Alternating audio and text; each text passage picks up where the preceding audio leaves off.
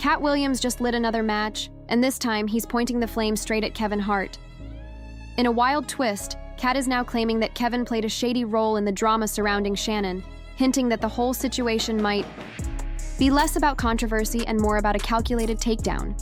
According to Katt, this is not just chaos. This is a setup. And he is not holding back, accusing Kevin Hart of turning on Shannon and helping orchestrate his cancellation, all while hiding behind his comedic image and 4-foot frame. And let me tell you, Katt did not come empty-handed. He showed up with the receipts. Everyone knows there is no love lost between Katt Williams and Kevin Hart, but these latest claims, they take things to another level. Katt is now pushing the narrative that Kevin has not only held a grudge since that fiery 2024 interview with Shannon Sharpe, but that he is actively plotting revenge. Katt alleges that Kevin teamed up with certain industry power players to bring Shannon down, and here is where things get wild. The woman currently suing Shannon, Gabriela Zuniga, apparently has deep industry connections through her family. According to Katt, she was intentionally planted to lure Shannon into scandal, all as part of a larger plan to destroy him from the inside out. Shannon practically broadcasted his biggest weakness during those wild interviews, his thing for younger women, and now it seems the industry has pounced, cornering him exactly how they always intended to. But Katt Williams calling out Kevin Hart for betraying Shannon? That is nothing new. Katt has been on Kevin's case for years, especially accusing him of being a sellout to stay in Hollywood's good graces.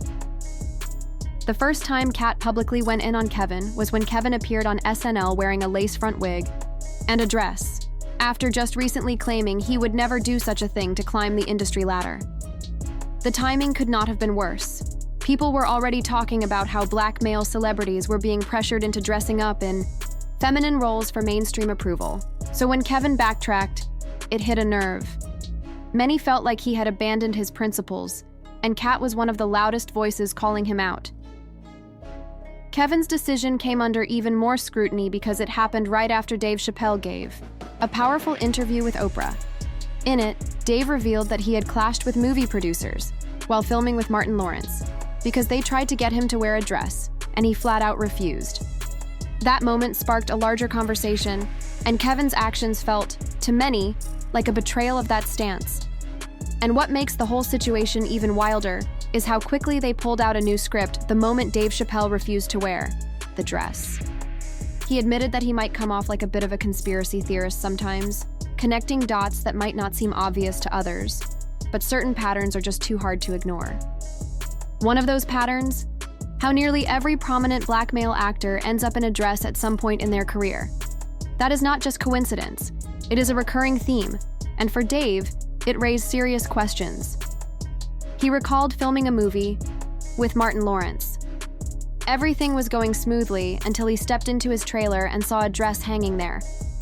Confused, he thought he had walked into the wrong trailer. Then a man, supposedly the writer, walked in and tried to pitch a funny scene. Martin's character breaks out of jail, and Dave, disguised as a woman, helps him escape. But Dave was not having it. He shut it down immediately, saying he was not comfortable wearing a dress.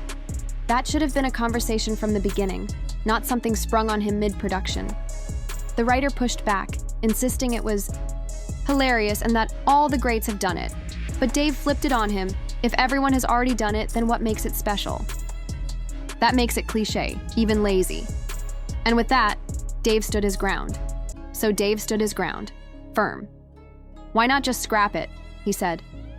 "I do not feel comfortable in a dress." But the pushback started piling on. "Come on, Dave," they told him. "We already set everything up. Every minute on set costs money."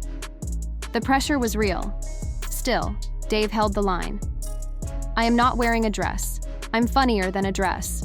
Just give me something funny to say. I don't need a costume to make people laugh. What am I, Milton Berle?" They went back and forth until the writer finally gave up and left. Then the director showed up, trying to smooth things over. "It would really help the scene if you wore the dress." But Dave did not budge. "I said what I said. I am not wearing it." Moments later, like magic, a totally different scene appeared. Just 10 minutes later, they had a brand new version. Dave was stunned. "How did you rewrite it so fast?" That moment hit hard for a lot of people, and it sent ripples through the industry. The interview sparked a major conversation. Other celebrities were asked for their take, including Kevin Hart. When asked if he had ever faced similar pressure in scripts, and if he would ever wear a dress for a role, Kevin's answer was clear. No, I have not run into that, and honestly, you have to have boundaries. At the time, he firmly said it was something he would never do, drawing his own line in the sand, just like Dave. But of course, years later, that stance would come back to haunt him. You have to draw lines that you simply will not cross, Kevin Hart said. I know exactly where mine are. They just have not been tested yet, so there is no need for me to speak on what-ifs. He gave an example, lighthearted but telling. He had been asked to dribble a basketball on a talk show that morning. It was a simple request, nothing like putting on a dress, but he declined. Not because it was a big deal, he explained, but because I thought I would look silly doing it. To him, it all comes down to image. At the end of the day, I am a brand, he said, and protecting that brand has to be a priority. If you allow something to damage your image, even slightly, your whole reputation could take a hit. And once your brand takes a hit, recovering from that is not always easy. So he believes in setting clear boundaries to avoid anything that could jeopardize it. Kevin had just spoken passionately about the importance of boundaries, about knowing where to draw the line to protect his image. He made it clear that guarding his brand was a top priority. But not long after making those statements, he appeared on Saturday Night Live in a comedy sketch, fully dressed in a wig and a dress. To many, it felt like a complete contradiction. A move that directly Katt Williams had had enough. After being blackballed and pushed out of the spotlight, he reminded everyone of one crucial fact. Every narcotics test he had ever taken came back clean. I'm 44 years old, little tiger, he said defiantly. Look, up my record. No DUIs, no possession charges, not even for the stuff I do every day. His point was clear. He was being smeared without evidence. And that smear campaign had cost him his career. Once celebrated for his raw and unfiltered comedy, Katt's phone stopped ringing. No more roles, no more stand-up specials. He had been effectively erased from Hollywood. But in 2018, he came back, and came back swinging. This time, he was ready to call out the system and everyone who played a part in it, especially Kevin Hart. During one of his fiery interviews, Katt vented about how 46 black female comedians he had helped put on tour were still struggling to get respect, or even a chicken sandwich from Chick-fil-A, despite headlining entire weeks at clubs for just $2,500. His point was bigger than comedy. It was about how real people get sidelined while others get rewarded for playing by Hollywood's rules. Katt didn't drop names, but the shade was obvious. He made jabs about how someone had become marketable because she wants to sleep with a white man, referring to a comedian's public crush on Brad Pitt. While it wasn't a direct shot at Kevin, he clearly struck a nerve. Kevin Hart responded like someone who felt attacked. During a tense Breakfast Club interview, Kevin lashed out. He called Katt a failure, blaming him for squandering his opportunities. You had your shot, Kevin said. You were the guy. You were set up to be the star. But instead of taking ownership, Kevin accused Katt of dodging responsibility and blaming everyone but himself. He pointed to missed promo tours, skipped shoots, and a reputation that made studios view Katt as a liability. To Kevin, Katt's downfall had nothing to do with Hollywood. Conspiracies. It was all Katt's doing. But to Katt, Kevin was not just complicit in the system. He was the system's chosen puppet. And in Katt's mind, that made all the difference. Why was he a risk? He chose, oh, okay, take responsibility for what you chose and say, you know what? I got to fix me and I'm going to come back and I'm a stand-up for comedy. So, when you say Tiffany Haddish doesn't deserve or isn't really a comedian and these other women have worked hard, which they have, shouts out to Melanie Camacho, shouts out to Lunel, shouts out to Leslie Jones, who were all underneath the umbrella of Katt Williams. Katt Williams, have you ever used your platform to bring the people that were under you up? You haven't. So, because you haven't, don't that now are, I've used my platform and I've brought my guys and girls up. The brand of Kevin Hart is a brand that's expanded so far. Whether you like me or not, My presence of comedy will forever be felt because I'm a boss.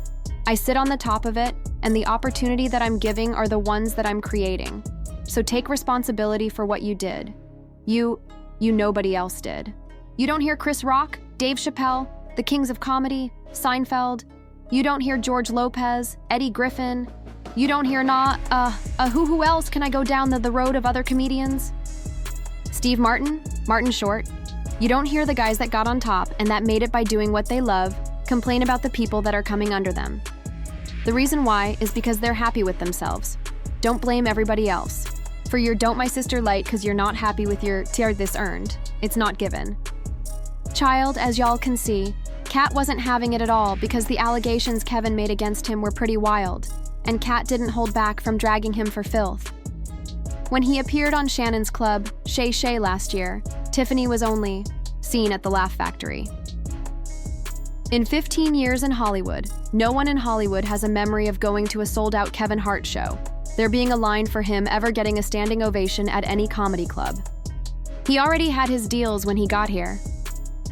Have we heard of a comedian that came to LA and in his first year in LA, he had his own sitcom on network television and had his own movie called Soul Plane that he was leading? Katt Williams continued to bring the heat, implying that Kevin Hart's swift rise to fame was far from organic. He suggested that there was no way Kevin could have climbed the Hollywood ladder so quickly without the help of powerful figures behind the scenes. Katt didn't mince words when he described these higher-ups, pointing out that their influence was what truly propelled Kevin's career forward. According to him, Kevin's success was not based on merit or talent, but rather on a system of patronage, with the industry's elite fueling his ascent. Katt also made a sharp distinction between himself and Kevin, claiming that while Kevin had accepted checks to stay quiet about industry secrets, he, Katt, had refused to compromise his integrity. Katt suggested that in Hollywood, the price for success was often silence and compliance. The number one job of someone who sold their soul in Hollywood is to act like it never happened, Katt said, implying that many stars in the industry did exactly that. He also took a jab at comedian Gary Owen, using him as an example of how some comedians, regardless of their race, struggle to break through. Why do you think Gary Owen can't cross over even though he's been in comedy for over 25 years? Katt asked, pointing out that Owen's struggles in Hollywood, despite being white, were a sign that even with the right connections, the industry had its limits. But Katt's most damning statement was about the nature of Hollywood's influence. These people are not powerful. Satan can't create anything, including blessings, for his people. The implication here was that the forces driving Hollywood's success weren't divine or even pure. They were part of a darker system, one that preyed on artists in exchange for their souls.